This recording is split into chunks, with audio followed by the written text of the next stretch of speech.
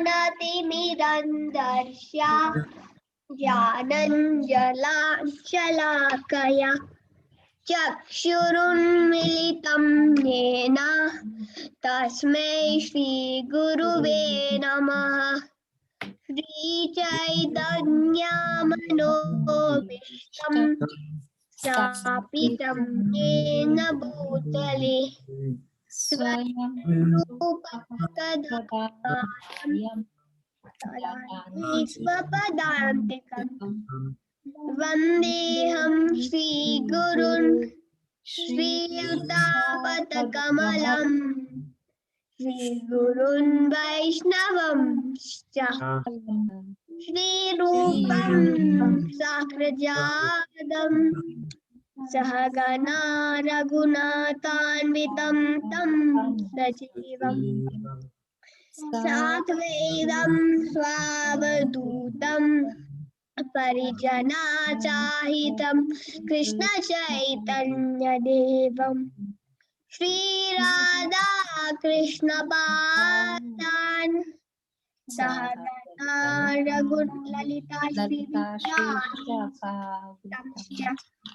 हे कृष्ण करुणा सिन्धो दीनबन्धो जगत्पते गोपीशा गोपिका राधाकान्त नमोस्तुते।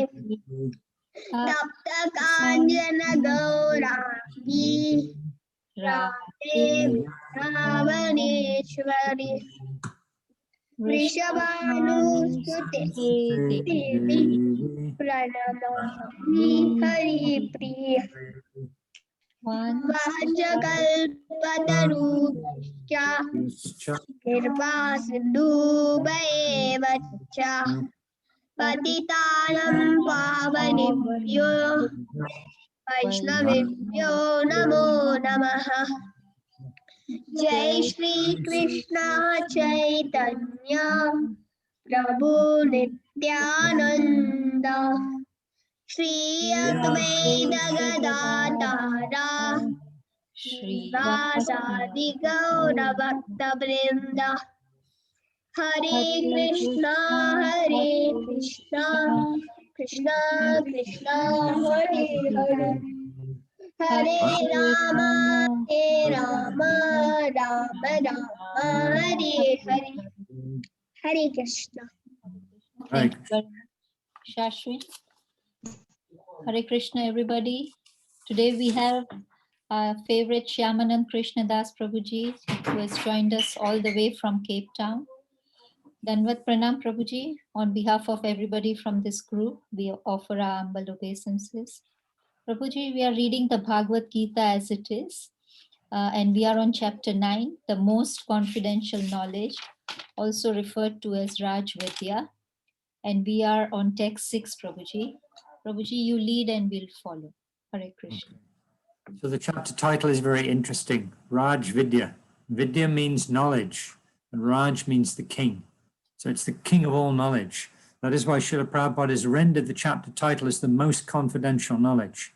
The king of all knowledge means that which is the highest in society, or at least in the old society. We don't see that very much now because of modern democracy. But previously in the Vedic culture, the king was the highest person in society, the topmost. And Vidya means knowledge. So it's the king of all knowledge. So the king of all knowledge is that which enables us to come close to Krishna's lotus feet.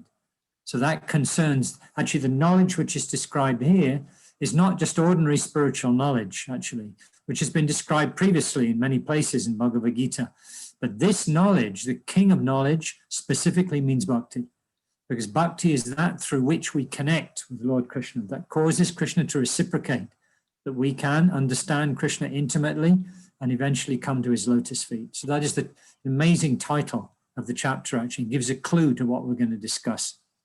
So I don't know if it's escaped you or not. Actually, first of all, I'm not going to dive into the first immediately because I want to connect it with the discussion that we've been having.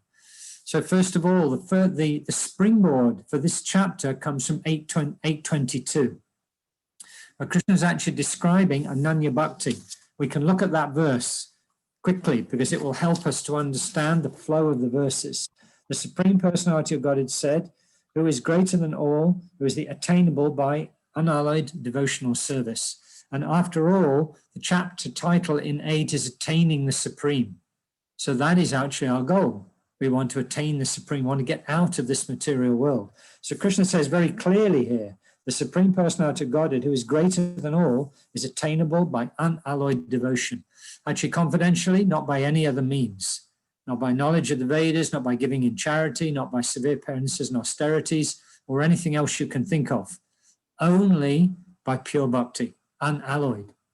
Just like, if you ring your bell when you're making offering, or you offer a lamp in the morning, you do your diva in the morning, then actually generally there's some brass involved in that, even the diva holder or the bell. It's a mixture of metals, actually. It's yellowish.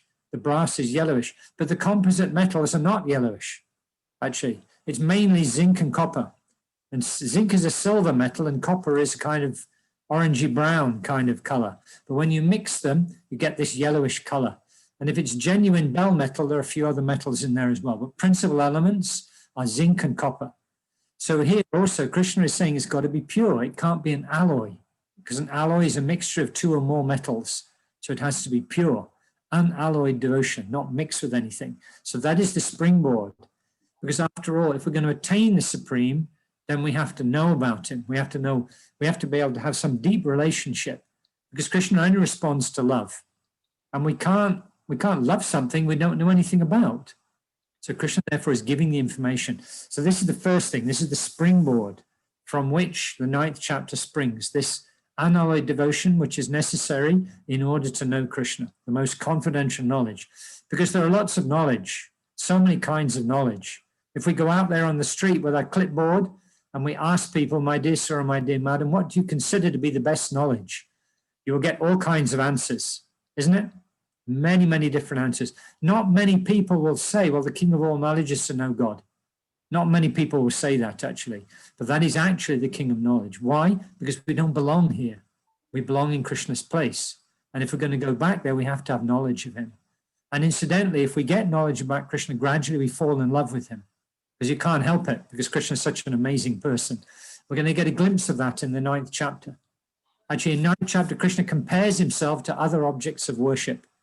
Because you know what? We all worship something. Generally, in this world, we worship material objects or material people, but that's not very intelligent, because they're all temporary in nature. So in 9th chapter, Krishna compares himself with other objects of worship, 3 others specifically: the universal form, the demigods, and the impersonal feature, and then Krishna himself. So these 4 objects of worship are compared in the 9th chapter to show us that Krishna is the topmost object of worship. Not that Krishna needs our worship. Krishna wants us to worship him, but not because Krishna needs your worship. If you don't light your diva and ring your bell that day, Krishna won't cry. Trust me, he won't cry. But rather, we need that worship so that we can come to the fullest understanding of who we are and can actually rise to the topmost platform, so that we can become Satchidananda. We can become eternal, full of knowledge, and full of bliss. So this is why Krishna does it, not because he needs it, but because we need it. So this is a brief synopsis. So before we get into that comparison of objects of worship, there's some information about Krishna, which is pretty mind-blowing, actually. You've been studying the 2 verses. Today, the 6th verse we're going to study is a concluding verse about how Krishna maintains everything, actually. So there's some similarities with the 7th chapter, which I want to point out now before we get into the verses we're going to discuss. There are similarities. So this verse, this 822, is the springboard. Because if we want to attain Krishna, then how to do that? So it can be only done through this Raja Vidya, through this king of all knowledge, this most confidential knowledge, how to attain Krishna's lotus feet. So the beginning of the chapter starts with glorification, because this is amazing knowledge and Krishna wants us to know that. And initially, actually, some qualifications are given. If we're going to hear, we may hear something, or we may listen to something, but we may not hear it. Do you know what I mean by that? Your ears may be open, but you may not really catch it. Sometimes that happens. Our ears are open and we're supposedly listening, but our mind is somewhere else. So we don't capture what's being said, actually. I'm sure we all have that experience. So in this first verse, Krishna is giving qualifications. If you're going to hear, what are the qualifications that you're going to get the benefit? So the first thing is that we become advanced in spiritual knowledge by hearing about Krishna. Actually, in this age, although we're studying many processes of connecting with Krishna in this age, really most of them don't work. And the reason they don't work is we're so unqualified candidates. In this age, actually, men and women are especially qualified in 6 ways. They are short-lived, they are quarrelsome, they are lazy, they are misguided, they're unlucky, and above all things, their minds are always disturbed. So for these reasons, the usual Vedic processes of purification don't work in this age, because the patient is so sick. You need a very special medicine in this age. So this is discussed in Bhagavatam. If you read Bhagavatam, you'll know that. The main thing that's discussed in the Bhagavatam is 2 things: hearing Krishna, hearing and chanting Krishna's names, and hearing about Krishna's pastimes, because everything about Krishna is absolute. So in this age, actually, we need to chant Krishna's name and we need to hear about his pastimes. Now, why that's necessary? Because the patient is very unqualified. You need a very, very powerful medicine. So in both these ways, by chanting and hearing Krishna's names and by hearing his pastimes, we directly associate with Krishna. Directly, because Krishna is absolute. Everything about Krishna is on the absolute platform. So taking his prasadam, hearing about his activities, chanting his holy name, mixing with his devotees, performing his devotional service, all these things very, very strongly connect us to Krishna's lotus feet. So this is the essence of the Raja Vidya. This is the essence of it. Okay, so in this first verse, the first thing that's pointed out is that we become advanced by hearing about Krishna. That should be one of our main activities, to try and hear so much about Krishna, as much as we possibly can, because we make progress in that way, actually. And we learned in 2nd chapter that all the progress we made is not diminished. So even there's no loss. Even you don't become pure devotee in this lifetime, there's no loss, because you will pick up where you left off. Then the second thing is that Krishna says you must be non-envious. It's no good trying to hear about Krishna and thinking that Krishna's a rascal because he dances with other people's wives. That won't help, actually. Actually, Krishna is the owner and proprietor of everything. So if you own something, can you do whatever you want with it? That's my question, right? If you own an egg beater, if you want to beat your husband over the head with it, then no one can really argue because it's your egg beater, right? So when we own something, we have the right to decide how it's used. So Krishna in the 10th chapter says, I am the source of all the spiritual and material worlds. Everything emanates from me. So everything belongs to Krishna. So can he do with it what he wants? So this is Krishna's position. No? So if we have an envious attitude, he can do it. If he wants to dance with the gopis in nighttime, it's up to him because he's the proprietor of everything. So we can't have a critical and envious attitude towards Krishna and expect that when we hear about him, it's going to help. We have to clear that attitude away, actually. So this 9th chapter and the 7th chapter especially are going to help us to do that. Because by hearing about Krishna, we can be amazed that Krishna is the taste in water, the light of the sun and the moon, the sound in ether, the ability in man, the strength of the strong, devoid of passion and desire, sex life which is not contrary to religious principles, the original fragrance of the earth, so many things. So this is how Krishna is explaining how he's present in the material nature. What is his relationship with the material nature? And the 2 verses you've studied, 4 and 5, and the one we're going to do today, 6, also talk, Krishna is talking about his relationship with the material nature. And especially these 3 verses, how he's maintaining everything. So the verses you've been studying yesterday and the day before, 4 and 5, they are dealing with Krishna's relationship with the material nature. And it's a little difficult to understand because it's contradictory. What Krishna is saying in these 2 verses, 4 and 5, appears contradictory. So we need something to explain that. So that's what we're going to get. So the verses from 4 to 10 explain Krishna's relationship with different things. It is called the Aishvarya Gyan. Gyan means knowledge. Aishvarya means opulence and majesty.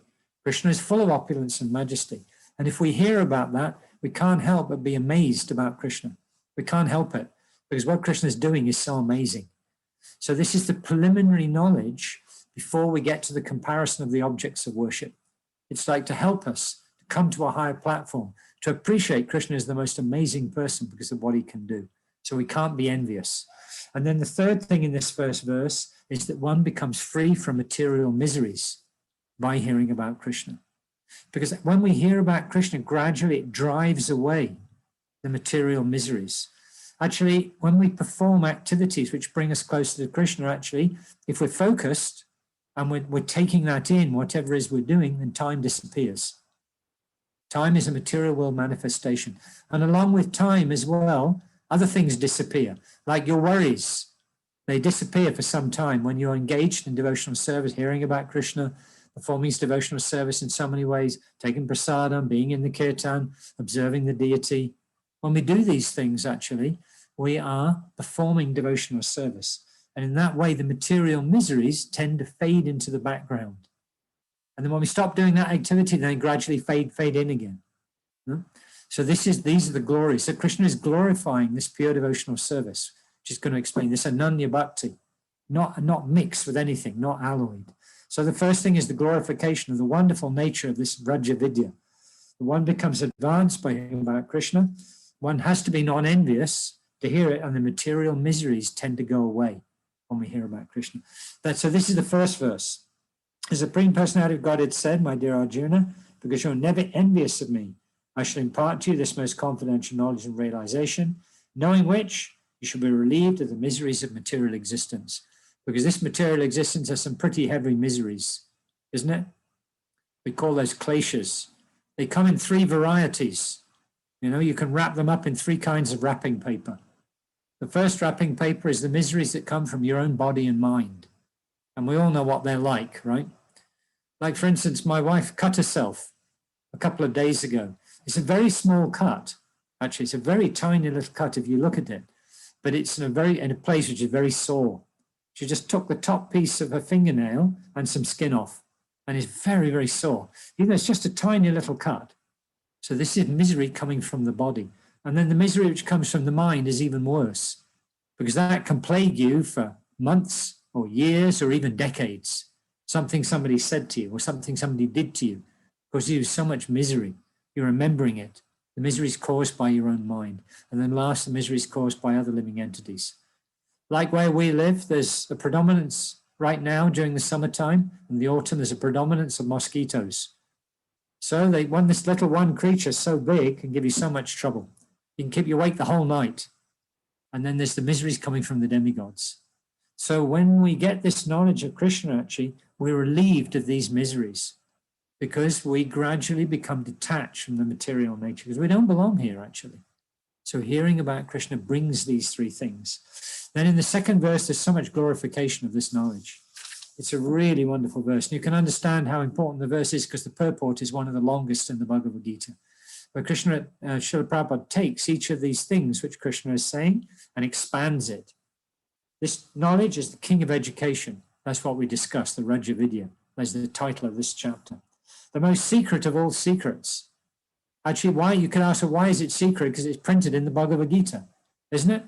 It's here in the Bhagavad Gita in black and white. So how can you say it's a secret? Well, it is a secret because if you're envious, it's closed to you. But if you're a devotee, it's open to you. So the devotee is an open secret, but to others, it's a closed secret. So it's the most secret of all secrets because it's carefully kept confidential. Why? Because Krishna is controlled by it. Krishna reciprocates with those who perform devotional service. And if we're very pure, if we're unalloyed, then Krishna gives himself completely. So therefore, Krishna is very careful about who he gives this knowledge to, this Raja Vidya. So therefore, it's the most secret of all secrets. It is the purest knowledge. It's pure because it's not contaminated with anything material. And even coming into contact with it, it purifies us. So it's the purest knowledge. And then, because it gives direct perception of the self by realization, actually, you get to see who you really are. Krishna reveals it to you in the heart, and you get to see who you really are. Pratyaksha. Actually, pratyaksha vagamam damyam, it says, pratyaksha. So pratyaksha is formed from two words. Pra, meaning in front of, and aksha, meaning the eyes. So if something is in front of you and your eyes are open, can you see it? Yes, you can see it, no? So that is direct sense perception. Pratyaksha vagamam damyam. because we can directly perceive the spiritual advancement we're making for ourselves. And because we can see it like that, is the perfection of religion. Because many religions preach you be a good boy and you get the result afterwards. But actually our philosophy is you can see it happening to you. And especially you can see it happening to someone else. When someone starts to become a devotee, you can see how they rapidly make advancement, actually. You can see it happening to them, and they can feel it themselves. It's everlasting. It doesn't go away. There's no diminution. There's no loss and diminution. So whatever we perform is everlasting. Nothing in the material world is like that. Whatever we perform, it will go away after some time. Either it will go away during your lifetime, or it will go away when you die. But everything in this material world will go away sooner or later. And when you come back in the next life, you can't pick up where you left off. You can try putting all your money in the bank, and you can put some name there, whoever you are. And then the next lifetime, you come back and you go tell the bank manager, look, you see this account? I put all my money in that account in the previous lifetime. What will the bank manager do? He'll probably call security and have you thrown out for being a bit of an idiot, no? Material things are like that, they go away. But devotional service does not go away. It remains. Even if we don't do anything else, if we stop coming to Bhagavad Gita class, I don't recommend that, but you can try. We stop coming to Bhagavad Gita class, whatever we learn remains, and it will come with us into the next lifetime. We don't go backwards. So it's everlasting and is joyfully performed, which is a pretty amazing thing. Susukam, very joyful actually. Sukha means material, it means happiness, you could say, or great happiness. But Susukam means like the most amazing happiness. When we perform devotional service, naturally we feel very happy. Even if it's just eating. We eat Krishna's prasadam, we feel very happy. So this is the glorification. And then also in the third verse is a bit of a warning, because Krishna just glorified things as the most great, as the most amazing thing. But what happens if you're not faithful? Actually, in anything we do, we have to be faithful. Otherwise, you don't get the result. No. So similarly, when it comes to devotional service, understanding Krishna, we have to be faithful. So in the third verse, Krishna is telling us that those who are not faithful in this devotional service cannot attain me. You have to be 100%. It's unalloyed. That's what Krishna was saying in 8th chapter. It has to be unalloyed, not mixed with anything. So in order to get that not mixed with anything, you have to take it up and you have to practice until you become purified. So if you're not faithful, if you go away after some time, it's true that nothing will be lost, but also because you're not pure, you won't attain Krishna. And what will happen to you? Again, you'll have to take birth and death. But don't worry, because there's the assurance in the 6th chapter. You remember that? That Krishna said 2 classes of yogis, one unsuccessful after short practice, one unsuccessful after long practice. So Krishna helps, but still, if you're not faithful, if you don't stick to it and become purified, then you will have to take birth again. So that's what Krishna is saying. Those who are not faithful in this devotional service cannot attain me or conquer enemies. Therefore, they return to the path of birth and death in this material world. So it's a negative glorification. It's saying this devotional service is so wonderful. This is what you'll get if you do it. But if you fall away from the path, then sorry to tell you, but again, you have to take birth. So these first 3 verses are the glorification of what we're about to hear. And now Krishna gets down to brass tacks. Because in order, I love that expression actually. Do you know what brass tacks are? Actually, in the old, I remember my parents doing that. People don't do that anymore. But I remember my parents putting carpet in, and what you do, you actually nail, especially on stairs. When you go upstairs, they had a carpet on the stairs, and you nail the carpet down with brass tacks. And you use brass because it doesn't rust. And you literally nail it down. So when you're getting down to brass tacks, it means you're getting right down to the nitty-gritty. They get down deep. That's what we're getting down to. So we're getting down to the nitty-gritty now. Who is Krishna? Actually, what is Krishna doing? And this knowledge is important for us, because when we realize who Krishna is and what Krishna is doing, we can't help but be amazed. And therefore, naturally, our respect, our admiration, and our devotion will grow. So in these verses from 4 to 10, that's what Krishna is going to tell us. How is the maintainer, the creator, the maintainer, and the destroyer of this material world. And he's doing things in the most amazing way, which is what you've been hearing about. In 4 and 5, the two previous verses, you've been hearing about that. But it's contradictory. It's kind of contradictory, and you'll see in a minute. This Krishna is incredible. Actually, one of our commentators, Srila Vishnu Chakravarti Thakur, says you just got to offer obeisances to it. Because it's just so, it's inconceivable, actually, how Krishna can say these things. But he gives us some idea in our verse today. Anyway, we'll see. So in 4, Krishna says, in me, by my unmanifest form. Because Krishna is everywhere. And he's maintaining everything. Do you remember we learned that in the 7th chapter? Krishna said, you know, I am maintaining everything as the pearls are strung on a thread. Do you remember? I'm supporting and pervading everything as pearls are strung on a thread. So is it true that Krishna is maintaining everything? Is it true? And can you see him? Just in the same way you can't see the thread on the pearls. So Krishna is saying here, by me in my unmanifest form, this entire universe is pervaded. Yes, Krishna is everywhere. One of the names of Krishna is Vasudev. It doesn't just mean the son of Vasudeva. It means one who's present everywhere. Krishna is present everywhere, actually, even within the atoms. Krishna is actually present there. But Krishna is completely cognizant of everything and maintaining everything. So by me in my unmanifest form, this entire universe is pervaded. Super soul is everywhere. There's no place where the super soul is not present. All beings are in me, because Krishna is the sum and substance of everything. Everything is contained within Krishna. Actually, in the Dhammara Astakam prayers, the sage Satyavati Muni, he's saying that all the universes are contained within your belly. Everything's there in your belly, actually. Krishna is the sum and substance of everything. Everything is within him. But he says, I am not in them. No, because Krishna is aloof, actually. Krishna is maintaining everything, he's present in everything, but personally, he's aloof. It's a pretty amazing thing to say, actually, when we think about it. No?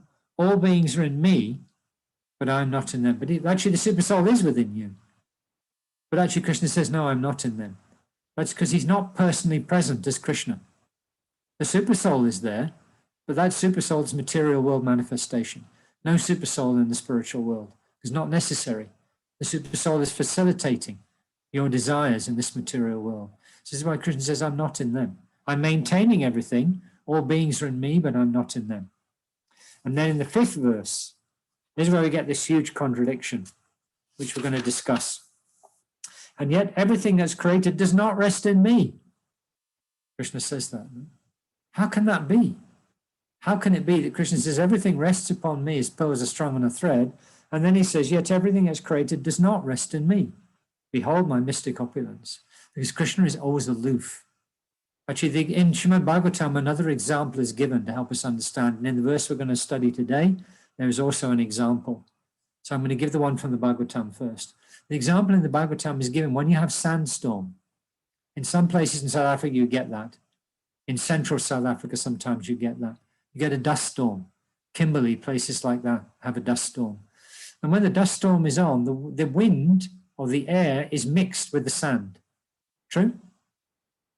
But actually, if we examine closely, we find the wind and the sand never actually mix. The sand is resting on the wind, but it doesn't mix because one is gas and the other one is solid. So the gas can't enter into the solid sand. So they don't actually mix. So this is one analogy that's given in Bhagavatam. Now we're going to, the verse today, because this is a difficult concept to understand. In me, by my unmanifest form, this entire universe is pervaded. All beings are in me, but I am not in them. And yet, everything that's created does not rest in me. Behold my mystic opulence. Although I'm the maintainer of all living entities, and although I'm everywhere, I am not part of this cosmic manifestation. For myself is the very source of creation. So it seems like such a contradiction. Krishna is the source of everything. He's maintaining everything. Everything rests upon me as pearls are strung on a thread. And although I'm the maintainer, Krishna is saying, of all living entities, although I'm everywhere, I'm not part of this cosmic manifestation. Because Krishna is the source of the cosmic manifestation. Krishna exists without the cosmic manifestation. So this is Krishna's mystic opulence. Now, how can we understand that? It's difficult. So therefore, Krishna is giving an analogy to help us understand. There are several places in Bhagavad Gita where Krishna does this. When a spiritual concept is explained, Krishna is explaining to us a spiritual concept, and it's difficult to understand. You know, like in the 2nd chapter, we had one like that. You know how the tortoise withdraws its limbs within the shell. You remember that analogy? So Krishna is giving that analogy to show how a great sage and devotee knows to withdraw the senses from their objects when there's sense gratification in the offing. And also in second chapter, he says, in the same way that a boat can be taken away, can be blown away by the wind, in the same way, one sense on which the mind focuses can carry away a man of intelligence. So Krishna uses analogy to help us understand points of spiritual understanding which are not easy. So this brings us to today's verse. Now, when we have this context, this verse takes on a whole new meaning. Krishna is bending over backwards here to help us understand. And even the analogy that Krishna is giving needs explanation, but we're going to study it verse first. So we'll chant the verse together and then we'll try and understand. And there's quite a detailed purport as well, so we'll do our best to get through it in half an hour. Okay, so we chant the verse. Yata kasya stito nityam. You can unmute and join. You can join with me if you want to, because otherwise it's just me and Kirtika. We chant the verse. And everybody else, I don't know if they're doing it. So if you want, you can unmute and chant with us. And we hope we don't get too much digital feedback. Yata kasya stito nityam. Yatha Vayu savatrago mahan. Actually, this word savatra is very interesting. Sometimes the way that things are expressed in Sanskrit is kind of mind-blowing. So sava means all, and atra means here. So in Sanskrit, when you describe all places, you say all the heres, because where Kirtika's at is one here, and where I'm at is another one. So sometimes this savatra is used to describe all the heres. So all the heres means everywhere, no? So it's a really wonderful word, the way it's constructed. Vayu savatrago mahan. Vayu Tatra savani bhutani. Matstani tu padaraya.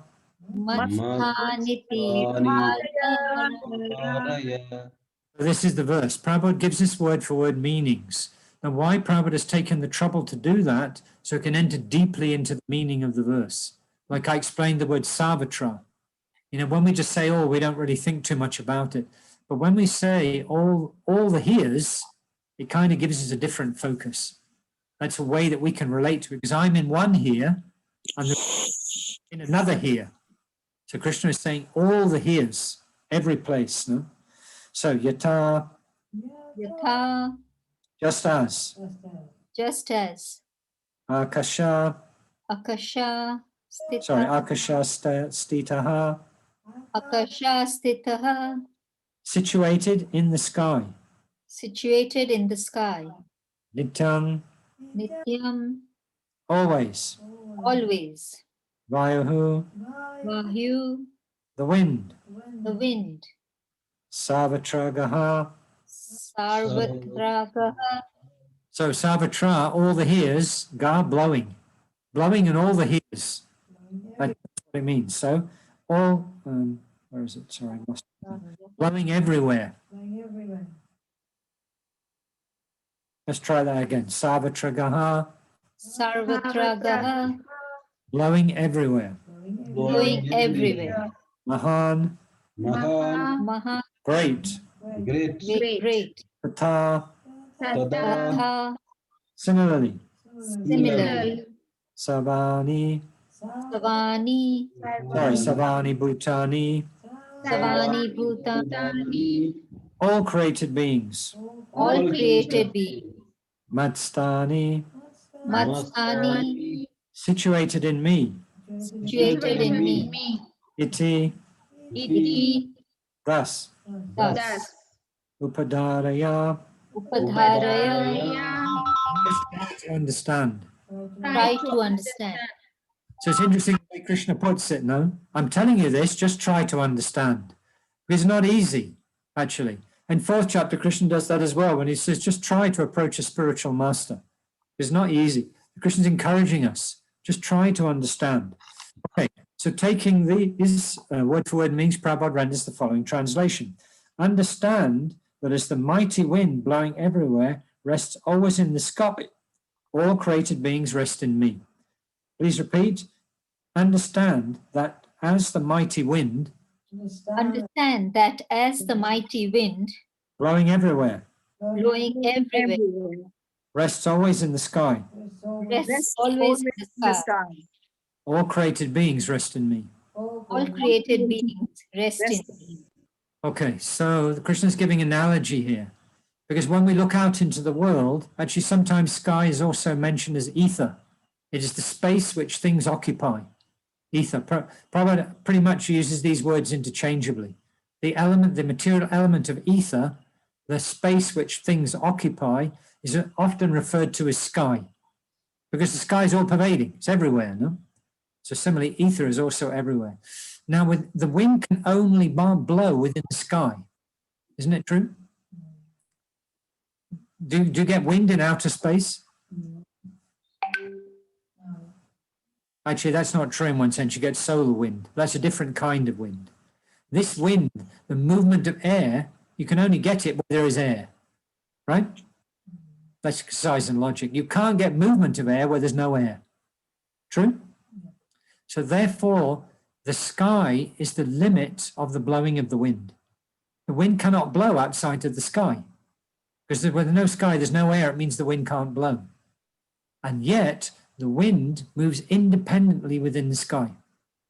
The sky doesn't tell the wind what to do or control it, isn't it? The wind can do what it likes, but the wind is contained within the sky. So Krishna is giving this analogy to help us understand what he's just said. Okay, so we'll come, just a short explanation of what Krishna is saying, and we'll deal with the purport, because Prabhupada is giving this understanding in the purport. So I'll just precede it. Because when we speak, we need to say what we're going to say, we need to say it, and we need to say what we've said, so that we can get the deep understanding. So I precede what Prabhupada is going to say in the purport. Okay, so Prabhupada starts in the purport. For the ordinary person, it is almost inconceivably how the huge material creation is resting on Krishna, isn't it? I don't know about you, but, you know, when I first read the Bhagavad Gita, I couldn't accept this statement, actually. Because how can someone be that powerful? How is it possible? And that's what makes Krishna God, actually. It's very hard for us to understand. How is it possible that Krishna is present everywhere? How is it possible? How can Krishna possibly be present everywhere and in the heart of every living entity and know everything that's going on, not only in this universe, but countless other universes and all the spiritual world as well? How is it possible? So that's what Prabhupada says. For the ordinary person, it's almost inconceivable how the huge material creation is resting on him. Just material creation, what to speak of everything else, no? Or even one universe. When you look out into the night sky, what do you see? So many planets and stars and things. How can one person be the maintainer of all that? So this is what Prabhupada is saying. It's almost impossible for us to understand. But the Lord is giving an example which may help us understand. That is the point of analogy. Analogy means to take something we understand and use it to explain something that's difficult for us to understand. I mean, I have a background in physics and electronics, so the concept is very familiar to me. Because in science is full of analogies, actually, to try and explain the nature of forces and things that we find in the material nature. So it's a very familiar concept to me. But analogy or example is used a lot because spiritual things are not easy to understand. But if we take something we do understand in the material realm, it can help us by analogy to help us understand the spiritual thing. But the Lord is giving the example which may help us understand. The sky may be the biggest manifestation we can conceive. Because if you look out, if you get up in the morning, where we live actually, we're on the side of quite a steep mountain. It's Table Mountain.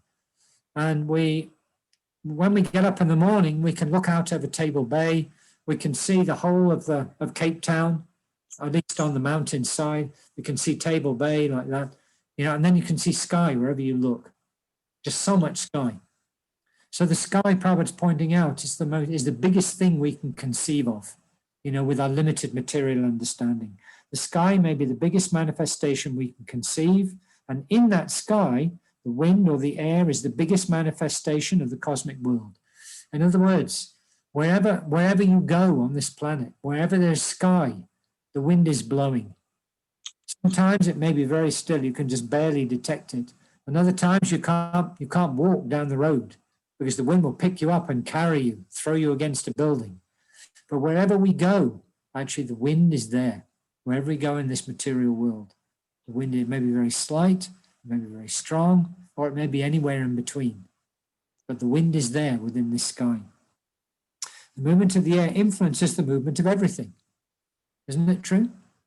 The wind actually is affecting everything. Even sometimes you can't walk because the wind is so strong. And even sometimes very slight, but still a blade of grass is moving in that wind. So the wind affects everything. But although the wind is great, it is still situated within the sky. That's what I was explaining. That the wind cannot go out of the sky because it requires air to move. And when there's no air, there's no wind, because the wind requires air. So therefore the wind is limited to the sky. It cannot go outside it. The wind is not beyond although the wind is great, it is still situated within the sky. So it has limits. The wind is not beyond the sky, as I was explaining. Where there's no air, there's no wind. Where there's no sky, there's no air, so there's no wind. No? Okay, well, similarly, the all-wonderful cosmic manifestation are existent by the supreme will of God. Just like the air moving is contained within the sky. Same thing. Krishna here is the sky. And the things we see are the manifestation. It's the wind within the sky. And all of them are subordinate to the supreme will. Actually, everything is under Krishna's will. As we generally say, not a blade of grass moves without the will of the Supreme Personality of Godhead. So how significant is a blade of grass? We don't even think. We're walking in the park, we tread all over them. We don't even think about them. How significant is a blade of grass? Yes, if you look at Kirtika's expression, it says everything. Not at all significant. And yet, not that blade of grass doesn't move unless the will of the Lord is present. So this gives us an understanding of just how pervasive the Supreme Lord is. Thus, everything is moving under his will. Everything, actually. Actually, there's a verse a little later where it says that moving and non-moving, everything is under his superintendence. That's the last verse of the Aishwarya Gan, the 10th verse. Everything is, even the non-moving and the non-moving. Krishna is the superintendent of everything. I don't know if you have that word. In England, they call the top policeman, they call the chief superintendent. Why? Because everything is going on according to his direction. In the police force, they have that title, the superintendent, the personality on top. Everything is going on underneath him. No, but he's aloof, the superintendent. By his will, everything is being created, everything is being maintained, and everything is being annihilated. That is what we're discussing here in these Aishwarya Gyan verses. We're discussing that, how Krishna is maintaining everything, how Krishna manifests everything, how Krishna destroys everything. Because this is the situation we're in. And all that stuff that's going on, Krishna's doing all that. Still, he is aloof from everything, as the sky is always aloof from the activities of the wind. True? The wind is blowing in the sky, but the sky is aloof. It's not influenced, actually, at all. The sky is just, doing its thing, existing as sky. And the wind is blowing in it. The wind is doing what it wants. It's blowing here and there. But the sky is not influenced. The sky is aloof. So Krishna is using this analogy to show us. We are dependent, actually. We are so dependent we don't realize. We are completely dependent in every respect on the Supreme Personality of Godhead. So how can we have independence in that situation? How is it possible? But it is possible in this way. That in the same way that the wind blowing in the sky has independence. It's an incredible arrangement, actually, when you consider. Krishna has given us free will. Go to this place. You can do what you want. You have to suffer the consequences, but you can do what you want. I'm not going to interfere. But at the same time, it's limited. It's limited. When we get to 13th chapter, we'll discuss that. It's called the Kshetra, the field of activities. Your field of activities is your body. You can't really do much outside that. That is your field of activities. So there are limits. We are given free will to do what we want, but it's all contained within the material nature, just in the same way that wind is contained within the sky. Okay. Prabhupada is going to quote, because that is our philosophy, that when we express something, some philosophical or spiritual point, we must be able to back it up with what Scripture says. We can't just say, well, this is what I think. It has to be based on authority, and the authority is the Scripture. So we can't say what we like. It has to be backed up. So Prabhupada is now going to quote, and especially when Srila Prabhupada wants to establish something on very, very solid ground, he'll mostly quote from the Upanishads, because they're the original Veda. No one can refute that. No one can say, no, we don't accept this. It's original Veda. The four Vedas, the Upanishads, the Anyakas, the Brahmanas, all these revealed scriptures are the original Veda. No one can argue. So Prabhupada says, in the Upanishads it is stated, Yada Visha Vata Pavante. Pavate. It is out of fear of the Supreme Lord that the wind is blowing. The wind actually is a personality. That is Vayu. He is the personality of the wind. He's considered a very powerful demigod because he's controlling the movement of the wind. But the wind is doing his service. He's blowing. Do you know why? The Upanishads are telling us actually. He's doing it because he knows he must do it because that is his duty as a demigod. And if he doesn't do his duty, he's going to get into trouble with his boss. And his boss is Sri Krishna. So this is why it's stated that he actually is blowing out of fear of the Supreme Lord. Because the demigods are those who have deputed power. They are given a function and they have the power. They're given also the power to execute it. So just like in a company, if you're the sales director and the sales do this, if you're looking at the graph during the month and the sales do this, and it continues for the whole year, what will happen to you as the sales director? You will be sacked. Yeah, you'll probably get booted out. So the same way, these demigods are actually doing their service because they've been given deputed power. They're placed in a position, they're giving deputed power so they can perform their service. So they know, I better do it properly. Otherwise, when the shift changes, Krishna will replace me. Like that. So this is why it's stated in this way. Even the demigods are such powerful living entities, but they're doing this service out of fear of the Supreme Lord. We're all going to have to rush, or we're not going to get through it. Sorry? Yeah, my wife's telling me. Actually, this is, I played around with this next verse for a long time, trying to get today's discussion focuses on boundaries. We'll come to that. That message disappeared before I could see it. But anyway, we'll come to that. So I'm going to skip the Sanskrit here, and I'll do that for a reason because I was playing around with this. What's the meter here? But it's actually prose. Now I played around with it, and I played around with it, and I played around with it. I couldn't get any meter to fit. It's actually prose. You get that sometimes, actually, when you want to express something, but you can't fit it into meter because it's too difficult. You get prose. So I'm going to skip the Sanskrit, but I'm going to give the quote. The quote is, by the supreme order, under the superintendence of the Supreme Personality of Godhead, the moon, the sun, and the other great planets are moving. They're actually doing that on the direction and out of fear of the Supreme Lord, just in the same way that Vayu is doing his service under the direction of the Supreme. Everything is under Krishna's direction, actually. And now Prabhupada quotes the Brahma Samhita to actually support. This one we can chant. The verses of Brahma Samhita are very beautiful.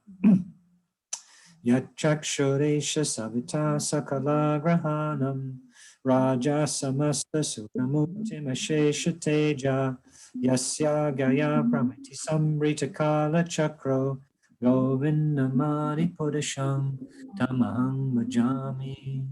So these verses from Brahma Samhita are very amazing. Lord Brahma is describing so many aspects of the material nature and the spiritual nature. And it's just compressed into a few verses. You could say it's a summary of the whole Bhagavatam, just presented in 62 verses. Actually, it's only the 5th chapter that we have. When Lord Brahma creates, before he does that, he's enlivened by Krishna. Krishna gives him knowledge, revealed knowledge within the heart. And before he begins the creation process, out of great love and awe and gratitude towards Krishna, he composes 100 chapters of verses. And this 5th chapter is the only one we have. It was discovered by Chaitanya Mahaprabhu in one temple in South India. You could say that the Lord manifested that for our benefit. So there are only 62 verses in that 5th chapter, but they give so much detailed knowledge in a very compressed way. So here, this is a description of the movement of the sun. And now without the sun, nothing would happen. You remember Krishna said, I am the light of the sun and the moon, back in the 7th chapter. So without the sun, what would happen to us? Everyone would die, actually. Everything in the universe would die. We're totally dependent on the sun. So in the description of the movement of the sun, it is said that the sun is considered to be one of the eyes of the Supreme Lord, and it has immense potency to diffuse heat and light. One of the eyes of the Supreme Lord, because the Lord can see everything. The sun and the moon are said to be the eyes of the universal form. So this is Krishna. Krishna is telling this knowledge, actually, so that we give some understanding of who we're dealing with. This planet, this huge sun planet is diffusing heat and light everywhere, making everything possible. It's just like the eye of the Supreme Lord. Still, it is moving in its prescribed order by the order and the supreme will of Govinda. That's what this verse is saying. This person I'm worshipping, this Govinda Madhipudisham that I worship, he is actually directing that sun god, that the sun god manages to do what he's supposed to do. Not just the sun god, actually, but all the demigods are under Krishna's will, and they're executing, like this prose verse that Prabhupada is citing from the Taittiriya Upanishad. Same thing. Everyone is doing their stuff. When they're little cognizant of the Lord, they know that they must do their stuff. So everything is happening under Krishna's will. So from the Vedic literature, we find the evidence, this material manifestation, which appears to be very wonderful and great, is under the complete control of the Supreme Personality of Godhead. This will be further explained in latter verses of this chapter. So why Krishna is telling us this? I'm controlling everything. Even the demigods, who we consider to be greatly powerful personalities, are doing their service under my direction, and out of fear that if they don't do it properly, they'll get into trouble. So why Krishna is telling us this? To give us an understanding of who we're dealing with. This is the Aishvarya Gyan, the knowledge of Krishna's opulence and majesty. I mean, anyone who is in charge of something will know this. If you're in charge of something, even if it's just a couple of kids or a husband, because everyone knows that the wives are in charge of their husbands.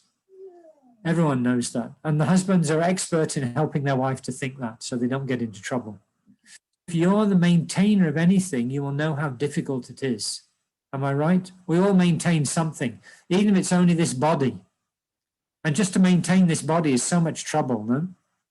You've got to get up in the morning, you've got to wash it, you've got to brush your teeth, you've got to shave, you've got to dress it, you've got to put shoes and socks on. And then the fuel consumption is so heavy.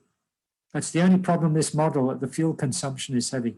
Just to maintain our body is a difficult thing. What to speak of maintaining a family?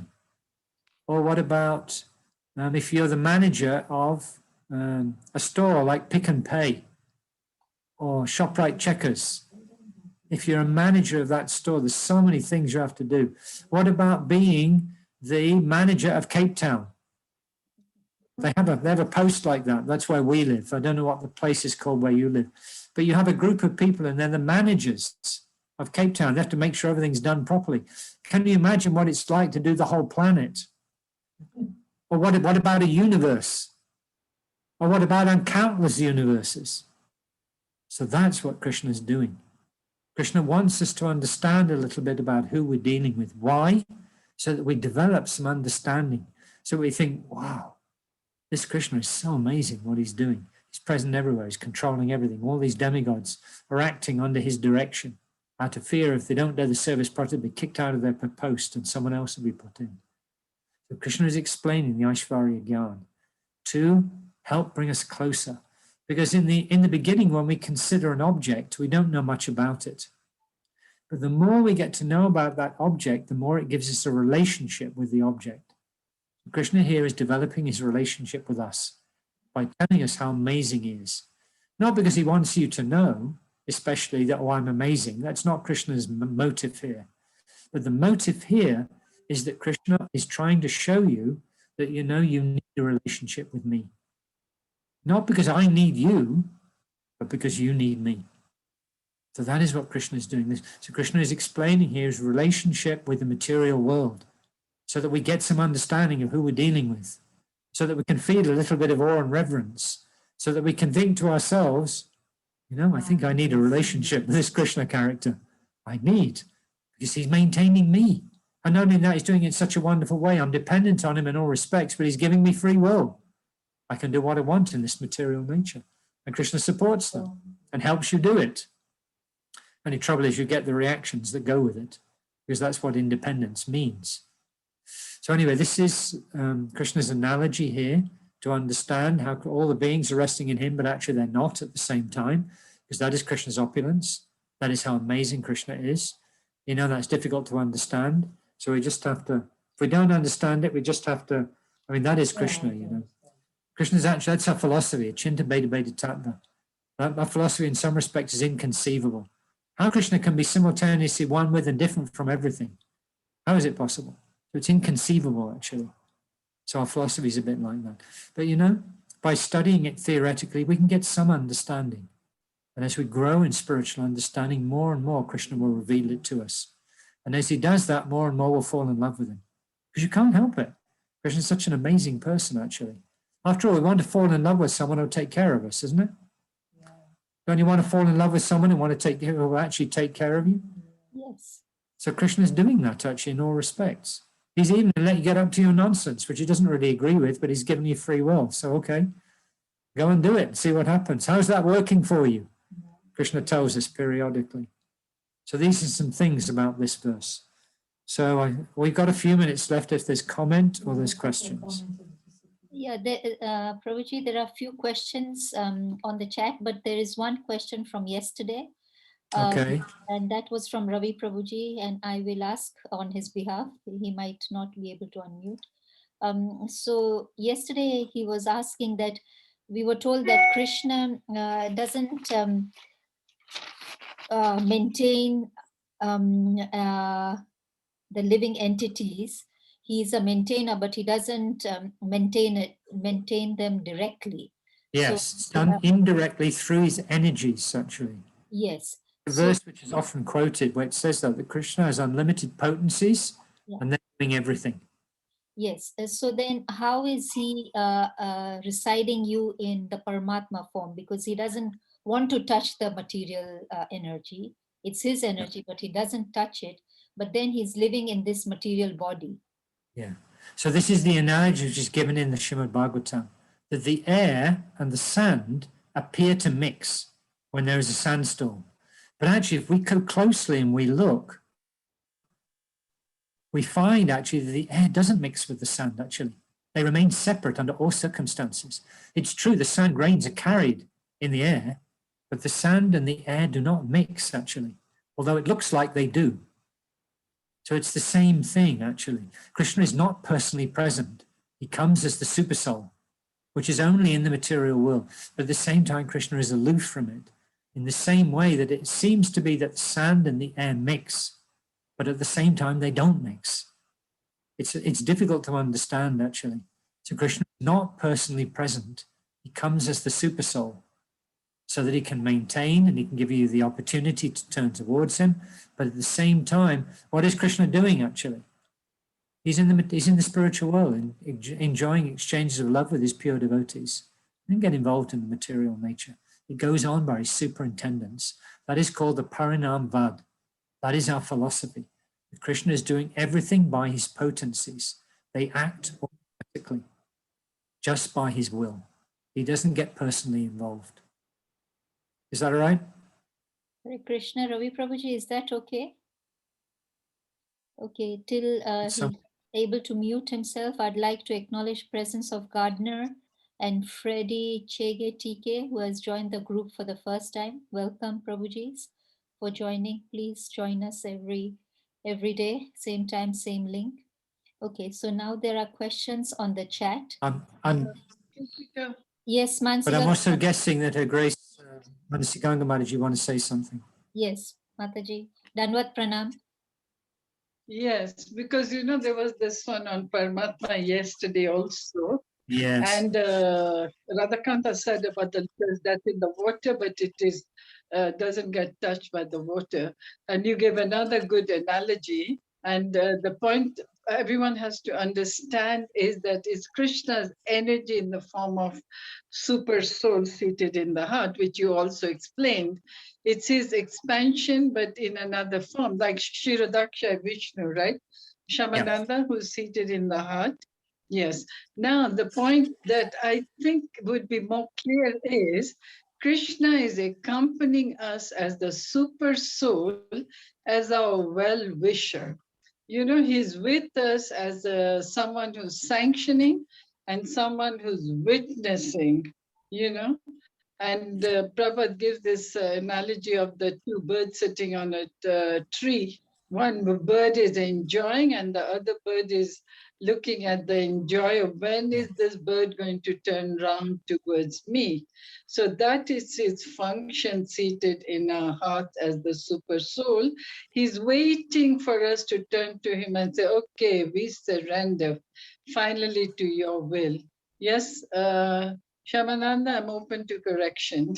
No, it's very nice, very wonderful how you've explained it. Thank you so much. Because actually to understand these points, we need to look at it from different viewpoints. If we look at it from various viewpoints, this is the glory of discussing among the devotees, that another devotee can shine a light on it from a different viewpoint, and it helps everybody understand. So Mother Manasi Ganga's input, I think, is very much poignant and very much appreciated. It gives us another viewpoint on the same philosophical point, because it's not easy to understand, actually. How Krishna is there, is the dearmost well-wisher and friend, and is facilitating us, overseeing and witnessing, and yet at the same time is aloof. It's not easy to understand. So we very much appreciate Manasi Ganga's viewpoint. Thank you very much, Motherji. Do we deal with the hands up first or the questions first, Mother Kirti? That's because they came first, then we Okay, whoever came first. First come, first served. So the first question, Prabhuji, shall I read it out? You can, yes, because everyone will hear it that way. Hare Krishna, Prabhu. Today's discussion focuses on boundaries between material and spiritual, sky and wind, and Krishna and us. If we manifest Krishna in our daily lives, can we transcend these boundaries and experience the oneness around him, the state of permanent bliss? Can we attain the state of permanent bliss in this very life by transcending those limitations? Yes, we can, because after all, the material nature is Krishna's energy. It's also Krishna. And if it's used in the right way, if we interact with it in the right way, it becomes spiritual. So yes, we can enjoy spiritual bliss even in this lifetime, become detached from the material nature and exist in a state of permanent spiritual bliss. It only requires that we surrender to Krishna and we deal with everything in consciousness of Krishna. Then yes, you can. Of course, it's not easy, because we are practiced to deal with the material nature. But in principle, it is possible. Is that right, Michelle? And he further goes on to say... Hare Krishna, Prabhu. Yeah, so, I mean, this is the next question I've also put in there, but essentially I was trying to make sense, like Mata Manasi Ganga was saying, you know, how do we make sense of the difference or the separateness of Krishna? And I thought, we visualize ourselves as gross collection of atoms and organs and so on. But if we break it down to the single atom, then that atom doesn't know good and bad. An atom is an atom. You know, when you break down an atom, so an atom in a good person or a bad person is still an atom in its purest form. Sure. So this is that an analogy we can use, so that if each atom is got that Satchit Ananda Swarupa energy in it, then when we touch anything, even our own bodies and our own, you know, things around material, you know, animate, inanimate, can we just then treasure it because we then see it in its purest form? You know, I'm trying to get my mind to go beyond the way we think as, you know, attachment to this body and so on. If we learn to understand everything in relation to Krishna and use everything in relation to Krishna, it's no longer material. It becomes spiritual. It's simply a question of having the right consciousness. It's just breaking it down, isn't it? Because my next point was about Einstein, when he also saw the perfection around himself and says there has to be a supreme power that's holding everything together. It's because the laws are so strict. That It's there an must absolute perfection. Yeah. yeah, sure. Anyway, Hare Krishna, I won't take any Thank you more very time. much, Bishop. Nice points. Hare Krishna. Then there's a question from Richa Mataji on the chat. Hare Krishna, Danvat Pranam to everybody. Just wanted to say thank you so much. Love hearing to you. Wish could hear you forever. When I listen to you, I feel like this knowledge is not enough in a good way. I want to know more and more. I want to hear more. Danvat Pranam to your lotus feet, Prabhuji. I really appreciate and really grateful. So the thing is, if we want to know more, then the Bhagavad Gita is preliminary study. If we want to know more, we should graduate to Srimad Bhagavatam, because our goal is to understand more and more about Krishna. So in Bhagavad Gita, Krishna is talking about himself. So it's not that he reveals so much. If we want to know about Krishna, we have to hear from his devotees. So Srimad Bhagavatam is doing that. So if you want more, then I recommend you read Srila Prabhupada's translation and commentary on Srimad Bhagavatam. And that will satisfy you on a very deep level. And if that's not enough, then you can read the Chaitanya Charitamrita, which is the highest philosophy, but it's also in the form of the biography of Chaitanya Mahaprabhu. So if you want more, you read these two books. Is that right, Richard? Okay, and then there is Freddie. There are three hands up now. Freddie Chedye has said Danvat Pranam Prabhuji to you and the devotees. Hare Krishna. If Frederick Chege can show us, reveal himself to us, we'd appreciate. Frederick, please show yourself to us. I think he's left us. Yeah, it looks like he's left. So we've got three hands up. Who was first? Yeah, so first was Beena Mataji. Okay, then, Beena. Then Divyesh Prabhuji and then Richa. Hare Krishna, Prabhu. Hare Krishna, Beena. So sorry to kind of ask you, kind of probe you further, but no, don't be sorry. Actually, Beena, that's what we're here for. If we can't ask questions about the philosophy we're studying, what is the use of us? No, don't be sorry. I'm rather happy to receive your questions. Yeah, thank you, Prabhu. Just to kind of get my head around this, about the super soul. The super soul is a witness to all our activities. Sure. So in text 4, Krishna says that all beings are in me, but I'm not in them. And you explain the analogy of the sky and the wind.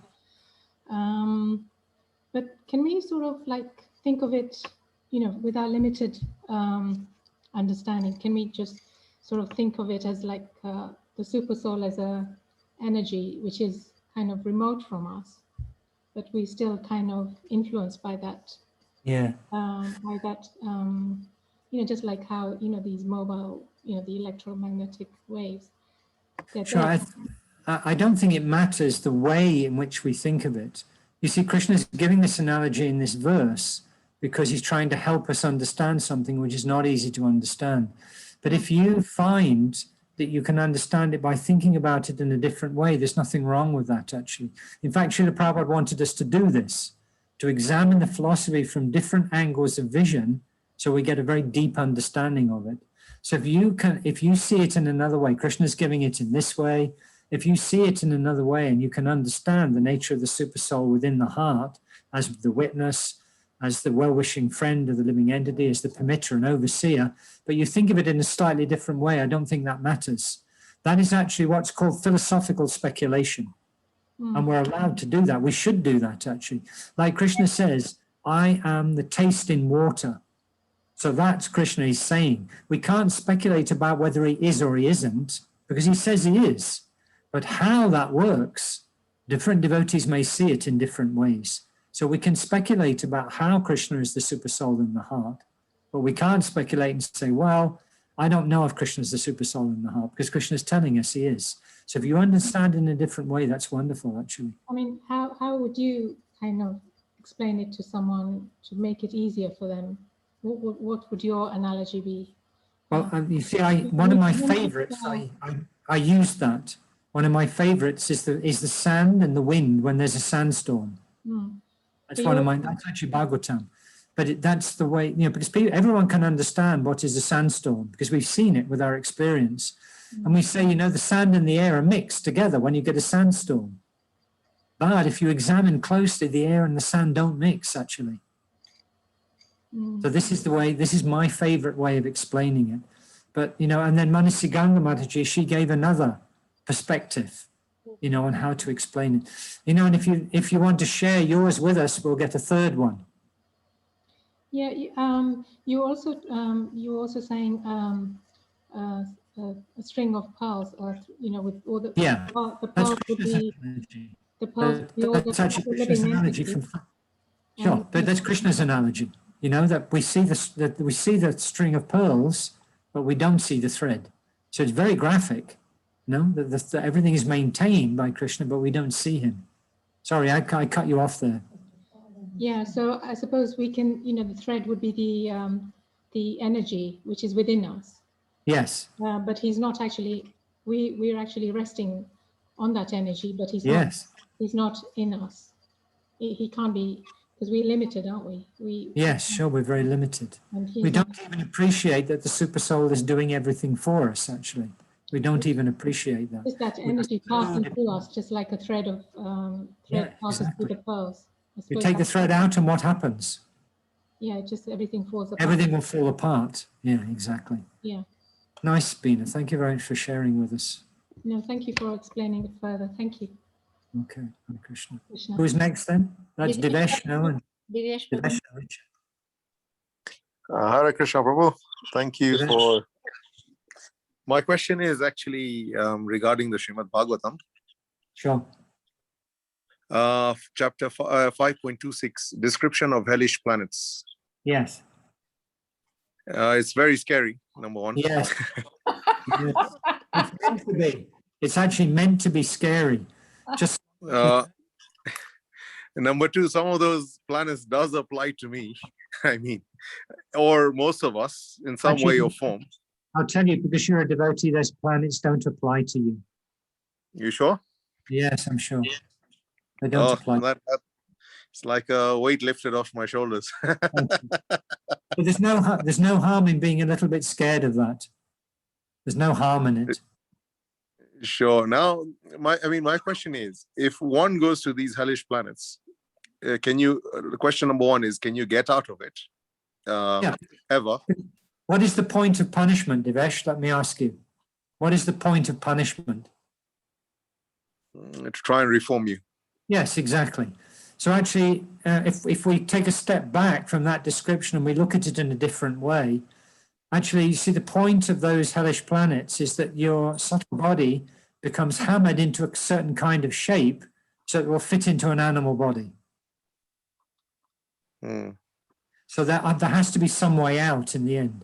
Mostly those descriptions are how the subtle body is manipulated in order that you can go into an animal body and then, you know, receive the next body and get out of that situation.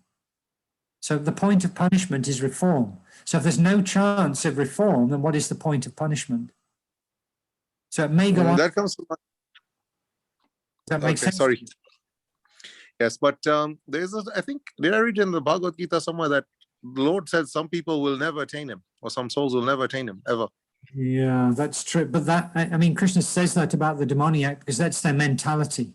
Their mentality takes them to that place. But it's also true that eventually, if you're kicked often enough, what do you start to think? Sorry? If you're kicked often enough, what do you start to think? How do I get out of this? Yeah, exactly. Exactly. Mm.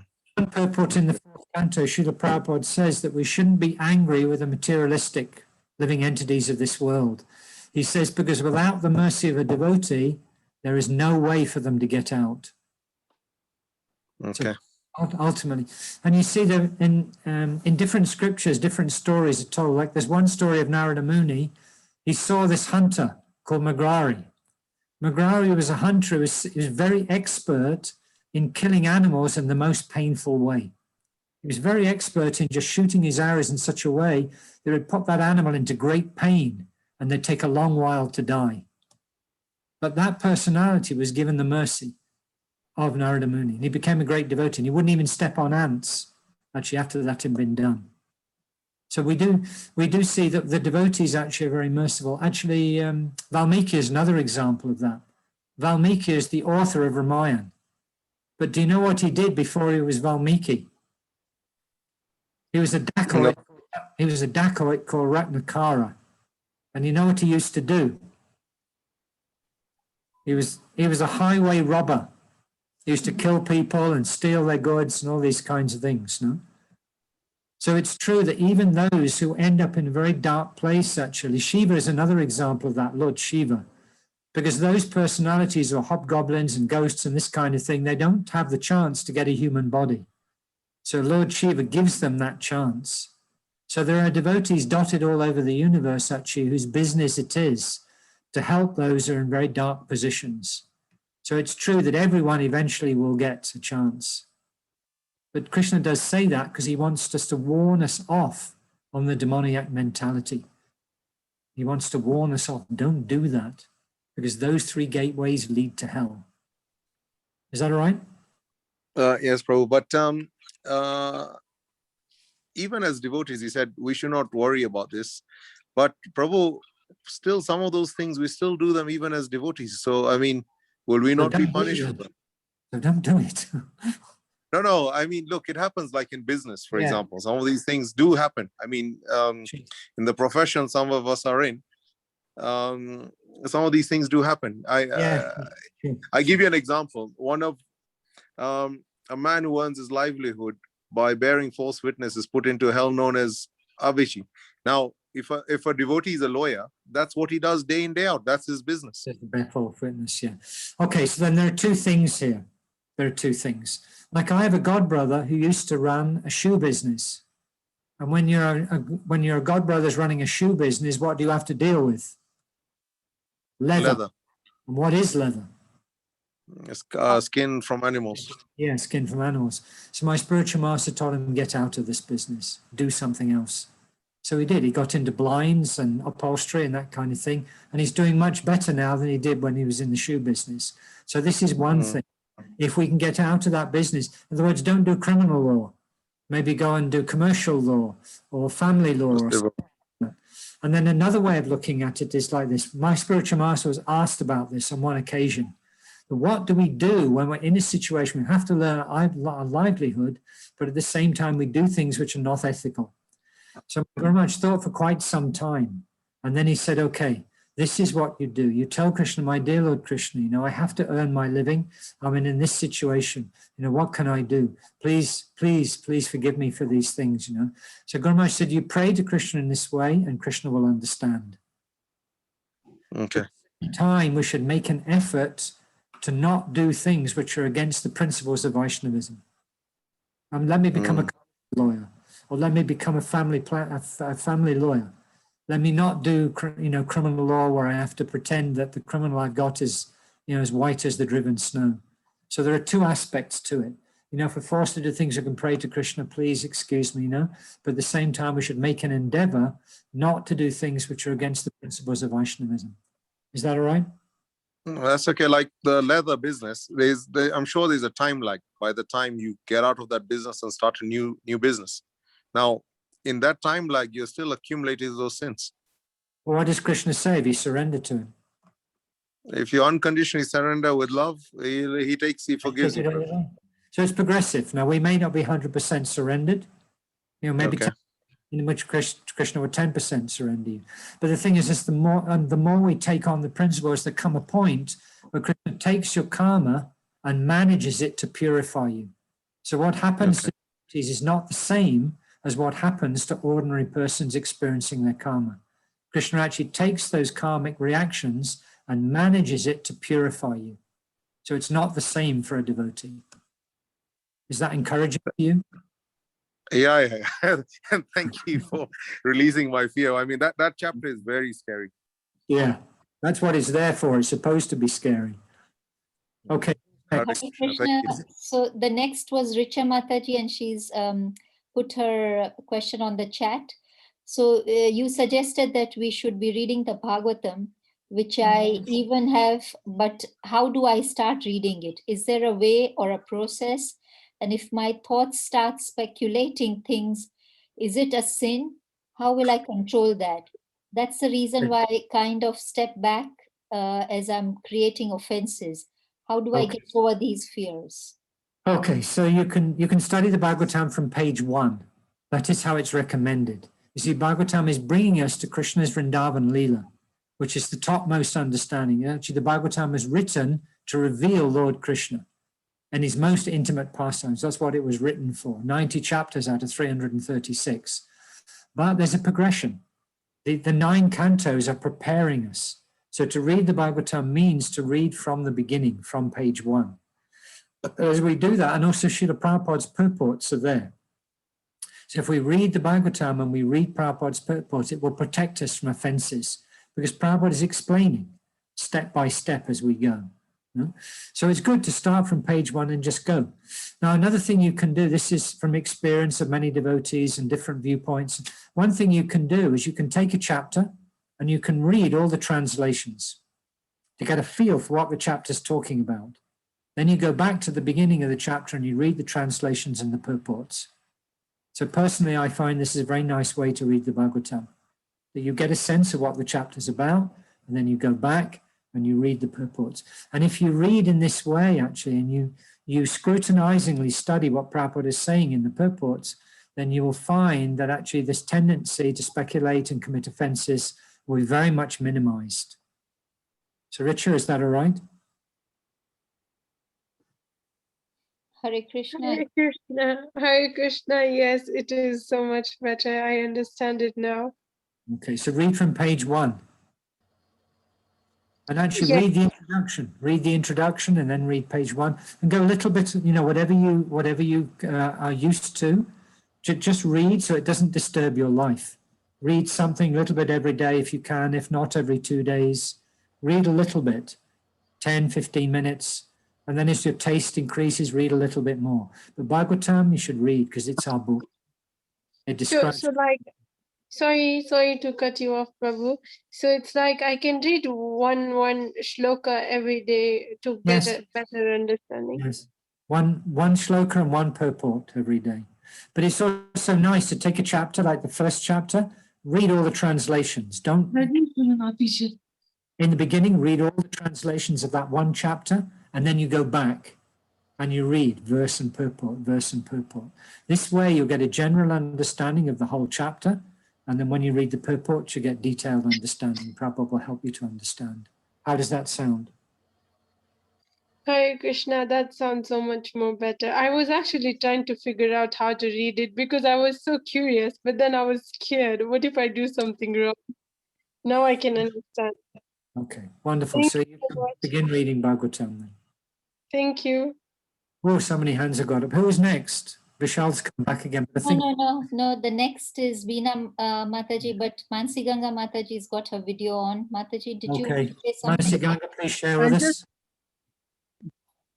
Sorry, it has Don't to be be sorry. age always.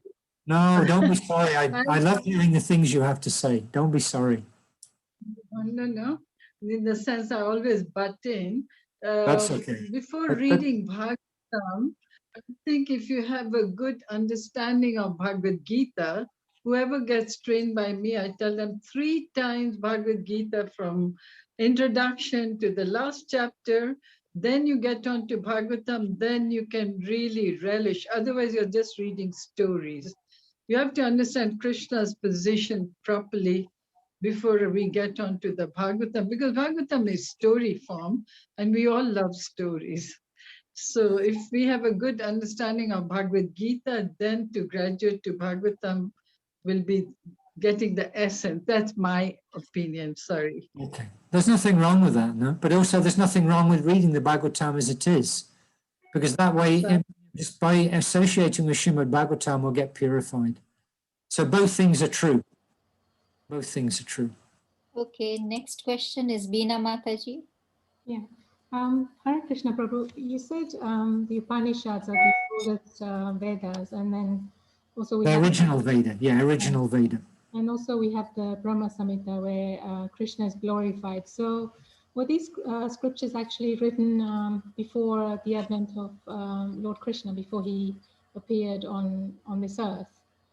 Yeah. Do you know when the Brahma Samhita was written?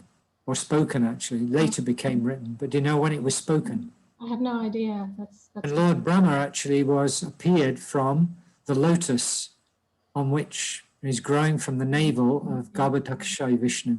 That is when, so that is before there was any infrastructure or interior decoration in the universe. Because Lord Krishna has, Mahavishnu has provided the ingredients.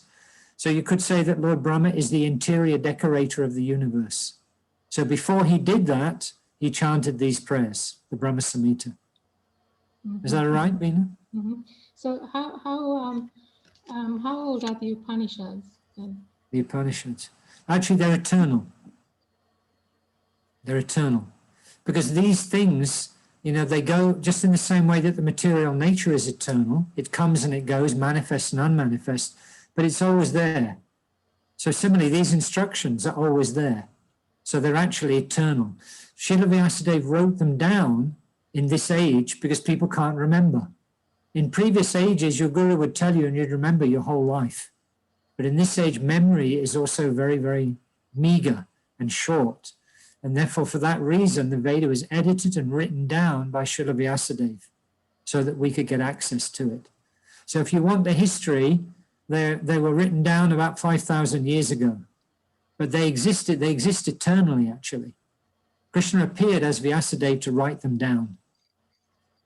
Is that all right, Bina? Yeah, I think what I'm trying to get at is that did these scriptures kind of predict, you know, like is there a mention of Krishna if these scriptures were written before Krishna appeared? Yeah, because they're eternal. They're eternal. But when they were written down actually by Srila Vyasadeva around the time that Krishna was present on the earth, about 5,000 years ago, around that time. What, the Upanishads you're talking about? Yeah, the original Veda. The four Vedas, the Upanishads, the Anyakas, the Brahmanas, all those original Vedic scriptures were written down about 5,000 years ago by Vyasadeva, and he gave them to different disciples to look after. So Vyasadeva was a contemporary of Lord Krishna. He was present on the earth at the same time. He's an incarnation of Lord Krishna. Yeah. Yeah. They're eternal. They exist eternally. All right. Is that all right? Yeah. Thank you. Okay. Also, Okay, there's- finally we come to Premila, who's had so much patience with us. Hare Krishna, Prabhu. Prabhu, just following on the hellish planets. So Yeah. if the idea is the reform one, and then that person takes another birth after they go through all that absolute hell, then, you know, when we take another birth, we don't remember the past is wiped away, or past karmas is wiped away. We just don't remember it. So how does that really reform the person then? Yes, it's a very good point. You know, someone who's intelligent will eventually ask this question. How is it we're punished for something we don't remember?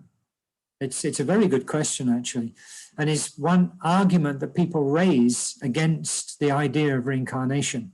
And people say it can't be true because you're being punished for things you don't remember. So the thing is, you see, Krishna says in 15th chapter that he controls what we know, what we remember, and what we forget. And it's also true that when we come to the end of the life, we get a screen, you know, we get a television presentation of everything we've done in our lives. You see, Krishna, if we remembered all the things we've done, you know, all the things that have happened in our life, we would not be able to function. So the way it's done is that we're given our free will and we're given the facility to act. And at the end of the lifetime, we see everything in perspective. Even actually, we get some say in what happens to us in the next life, you know, because we see the things we've done wrong and the lessons we have to learn. But the thing is, if Krishna didn't control what we remember and what we forget, we wouldn't be able to function, actually. You imagine all the things you've done in previous lives which are not so hot. Can you imagine if you could remember them all? Now, even in this one lifetime, if we could remember all the suffering of this one lifetime as we're sitting here now, how would it be? Premila, what do you think? What would it do to you? Yeah, pretty frightening. Yeah, you would be completely unable to act, actually, because you would be paralyzed by all that suffering.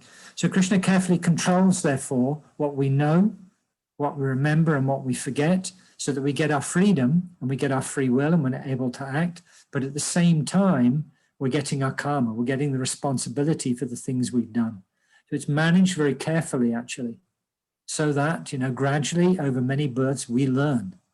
Sooner or later, we begin to learn.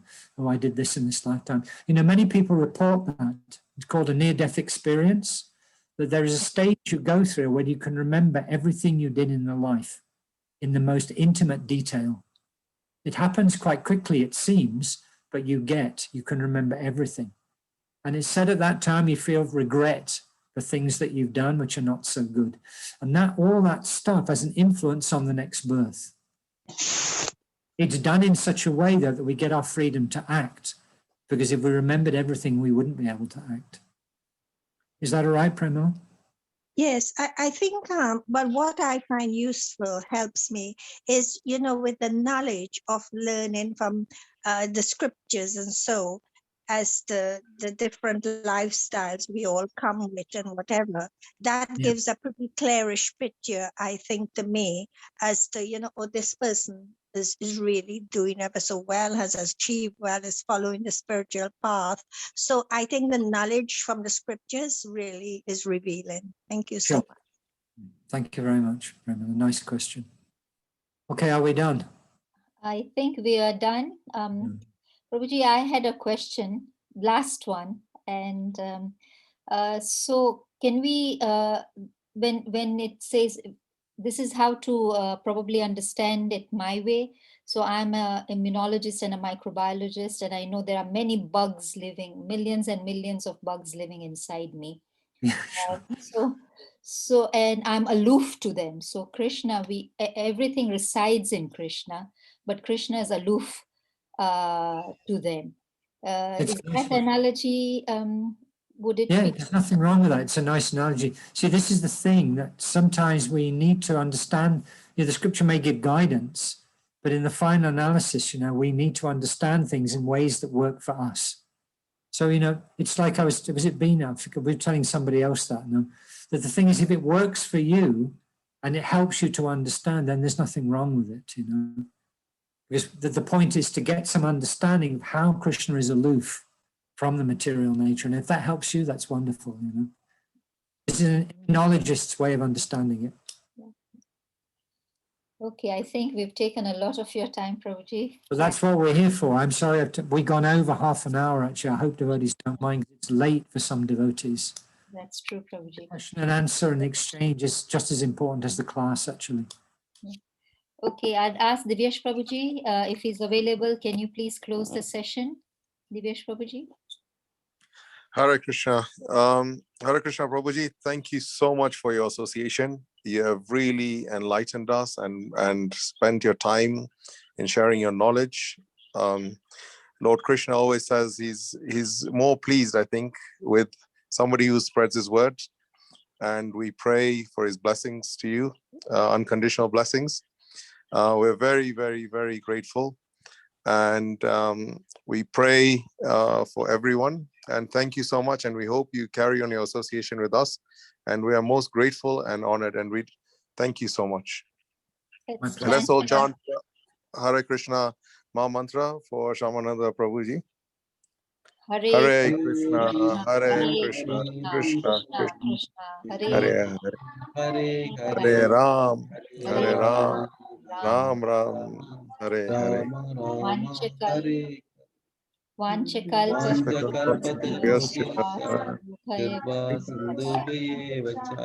Aditanam Bhavunibhyo Vaishnavibhyo Namo Namaha. Prabhupada ki jai. Jai. Shyamanand Krishna Das Prabhuji ki Jai. Jai. Vaishnava Vrinda ki Jai. Hare Krishna. Hare Krishna. Hare Krishna. Sorry for going half an hour ahead, but Sunday is always like this. So, Danvat Pranam, Raj Kishori Mataji. Danvat Pranam. Good to see you, Mataji. Mataji, you'll be able to come on Thursday? Yes, I will be. Okay. Yes. Okay. Hare Krishna. Hare Krishna, Mataji. Hare Krishna. Thank you. Thank you. Krishna, thank you.